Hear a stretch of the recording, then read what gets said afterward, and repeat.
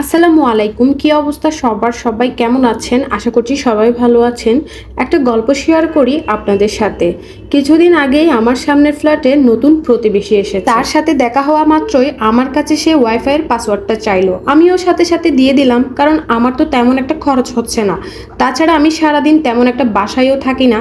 তাছাড়া নতুন প্রতিবেশী এসেছে, তাকে যদি ওয়াইফাইয়ের পাসওয়ার্ডটা দিই আর তার সাথে যদি ভালো সম্পর্ক গড়ে ওঠে, তাহলে মন্দ কিসের। গতকাল বাইরে থেকে বাজার করে আসতেছিলাম, তখন তাকে দরজার সামনে দেখলাম। দেখেই তার সাথে হালকা কৌশল বিনিময় করলাম এবং কথা বলতে লাগলাম। কথা বলতে বলতে সে আমাকে জানালো রিসেন্টলি সে নেটফ্লিক্সে নাকি সাবস্ক্রাইব করেছেন আর নতুন মুভি দেখে বেশ ভালোই সময় পার করতেছে। আমিও একটু মজার ছলে বললাম, এত সময় পান কিভাবে? আমার তো সময়ই হয় না। আপনার নেটফ্লিক্সের যদি একটু পাসওয়ার্ডটা দিতেন তাহলে আমিও কিছু মুভি দেখতাম। তার ঘরের দরজাটাই খোলাই ছিল। রান্নাঘর থেকে তার বউ জোরে চেঁচিয়ে বলল, কোনো পাসওয়ার্ড দেওয়া যাবে না, আমরা টাকা দিয়ে সাবস্ক্রাইব করেছি। তার বউয়ের মুখ থেকে এরকম কথা শোনার পর ভদ্রলোক একটু চুপ হয়ে গেলেন, কিছুটা বিড়ম্বনাতে পড়ে গেলেন। তারপর একটু করে মুচকি হাসি দিয়ে আবারও কথা বলা শুরু করলেন। আমি এটা বুঝেও না বুঝার মতো ভান করে কিছুটা কথা বলে ওইখান থেকে পাশ কাটিয়ে চলে আসলাম। রুমে আসার পর আস্তে করে দরজাটা আটকে দিলাম। ঠিক তার কিছুক্ষণ পর ভদ্রলোক এবং তার বউ আমার রুমের কলিং বেল জুড়ে বাজাতে লাগে। দরজা খুলতেই তারা জানায় তাদের ওয়াইফাই নাকি কাজ করতেছে না, নেটফ্লিক্স দেখতে পারছে না এবং মুভিও দেখতে পারছে না। কি ব্যাপার, আমাকে একটু দেখতে বলতেছে। কথাটা শোনার পরে একটু মুচকি হাসি দিয়ে বললাম, ওয়াইফাই এর পাসওয়ার্ড আমি নিজেই চেঞ্জ করেছি।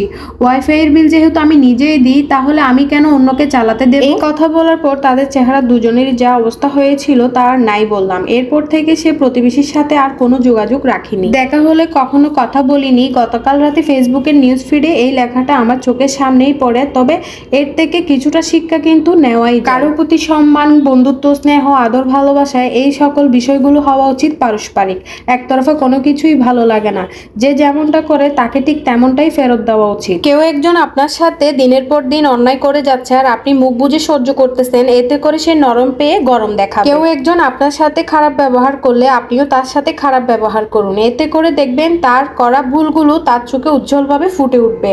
কারণ সবাই ভালো ব্যবহারের যোগ্য হয় না। যে যেমন ব্যবহার করে তাকে ঠিক সেভাবেই ফেরত দেওয়া উচিত। এটাকে আমি কখনোই অসভ্যতা মনে করি না, এটাকে মনে করি প্রয়োজনীয়তা। কারণ কাউকে একটু বেশি মাথায় তুলে ফেললে সেই মাথায় বসে কাঁঠাল ভেঙে খাওয়া শুরু করে। তবে পারিবারিক সুন্দর একটা শিক্ষা পাওয়ার কারণে অনেক লোককে তাদের উপযুক্ত ব্যবহারটা ফেরত দিতে পারি না, শুধুমাত্র মান সম্মানের দিকে তাকিয়ে। তবে এতটুকু জীবন থেকে এটাই শিখলাম, কেউ যদি ভালোবাসা দেয় তাকে ভালোবাসা ফেরত দিবেন, কেউ সম্মান করলে আপনিও তাকে সম্মান করবেন, কেউ রাগ দেখালে আপনিও রাগ করবেন, কেউ যদি আপনাকে ভুলে যায় আপনিও তাকে নির্দ্বিধায় ভুলে যাবেন।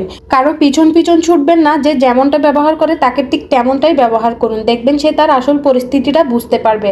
ঠিক এই কাজগুলো যেদিন থেকে করতে পারবেন সেদিন থেকেই দেখবেন আপনি খুব শান্তিতে আছেন। কারণ একতরফা যখনই আপনি ঘাড়ের উপর দোষ চাপিয়ে নেবেন, আপনি কখনোই শান্তিতে থাকতে পারবেন না। একটা সময় অনেক বোকা ছিলাম, না জানতেই অনেক মানুষের জন্য কান্না করেছি, না জানতেই অনেক মানুষের জন্য কষ্ট পেয়েছি, অনেক ভালোবেসেছি, তাদের জন্য অনেক কিছুই করেছি, কিন্তু দিন শেষে ফলাফল জিরো। তাই নিজের সম্মান বজিয়ে রাখুন, নিজেকে ভালোবাসুন, দেখবেন দিন শেষে অনেক শান্তিতে থাকবেন। আশা করি আজকের স্টোরিটা আপনাদের খুবই ভালো লেগেছে। ভালো লাগলে অবশ্যই আপনার টাইমলাইনে কিন্তু শেয়ার করে রাখতে পারেন, যাতে করে পরের উপকার করতে গেলে একবার এই ভিডিওটার কথা মনে পড়ে।